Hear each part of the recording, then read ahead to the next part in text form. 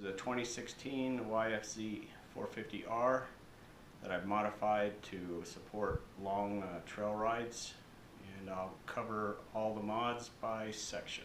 In the front of the bike, I've changed out the bulbs to a blue light that's a little bit supposedly wider light. Maybe you can see better at night, who knows. I've also added a half-gallon canister that's behind the Yamaha crash or push bar, whatever you want to call it, on the front. It actually sits in that crevice pretty good, and it doesn't block any of the airflow going to the radiator. I've also added a steering stabilizer, sick and tired of my wrist getting smacked around when the handlebars tweak from one side to the other. I believe it's a GPR. I've also added a full skid plate, full frame skid plate underneath. On the handlebars themselves, they're a ProTaper high, ATV high. I've got the bark busters on it to make the bark busters work and keep the park brake, because I didn't want to get rid of it since I don't race this in a motocross environment. I actually had to make an adapter plate to move it up, back, and then cant it a little bit so it just misses, works out pretty good. Also added different hand grips. They are awesome. I've used them a couple times and they really feel excellent. Got 4 wraps of safety wire, and then inside I've created a custom anti-vibration mechanism. I used this cork and lead birdshot. I tested it on my KTM 300 and it works awesome, and it's probably about $2 per handlebars. So this side, same as the other side as far as the bark busters and the grip, of course. Going into the handlebar, you can see the switch right there. That's actually controlling the battery from the quad to the GPS.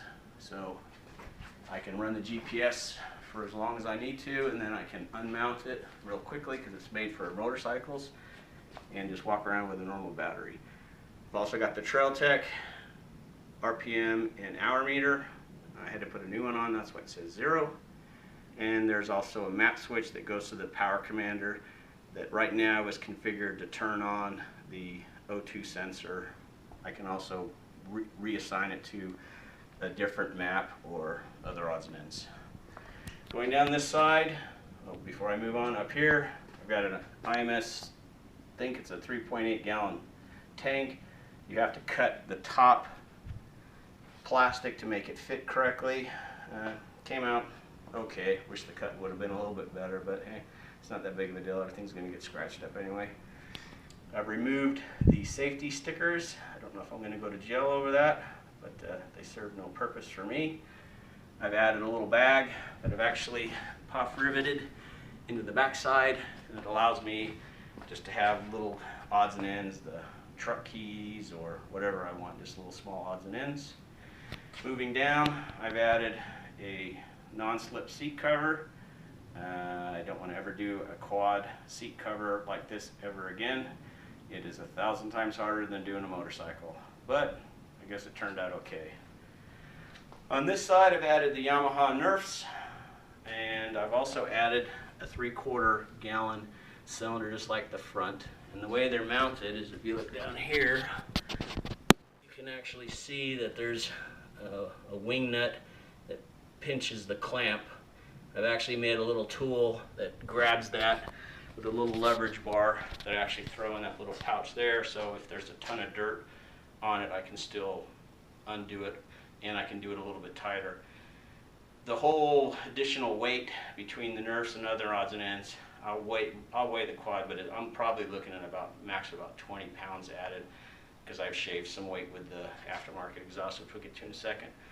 The nice thing about these cylinders on the edge of the Nerf bar, as you can see, there's a pretty good gap between the kick point on the foot peg and the cylinder. I've test ridden it around the neighborhood. Don't even notice that they're there. They're all aluminum, so they're light as hell. And the nice thing is if you need a leverage point to stand like you would on the Nerf, you just stand on the cylinder. And since it's higher, I don't know, it just feels a little bit better. It feels more comfortable for my short ass. On the back side, I've added a little tool container, made a little adapter plate to bolt it on. It's actually from a Honda 400 EX I've got in there the fix-a-flat plugs, some air cylinders, a little cyclist pump, so if I run out of air with the cylinders, I can sit there for 20 minutes and pump up the tire. At least I can get air back in it. Got a tire gauge, safety wire, zip ties, and all the other things that I would need to tighten bolts or track or roadside repair. I've added the skid plate on the swing arm. Didn't line it very good with the chain, so I had to do some modification and add my own plate to get the alignment right, but it seems like it's pretty hefty. I've already tested it. Underneath the seat,